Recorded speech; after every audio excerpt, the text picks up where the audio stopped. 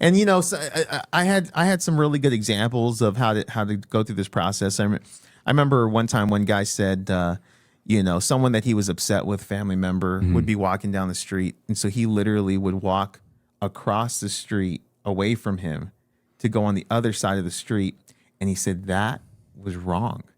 I allowed them to have that much control over me that I would literally walk across the street just so I wouldn't confront them. Yeah. He goes, that's not freedom. And there was another guy who was hurt by his father as a child in a sexual way, and horrible situation.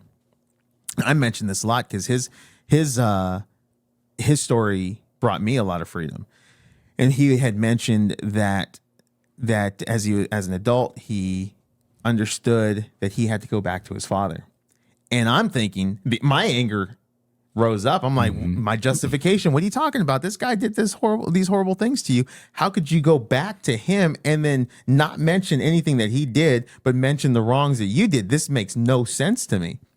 But when he shared the story was he went back to his father and he said, Dad, I stole from you. I've beat you up. I've manipulated you.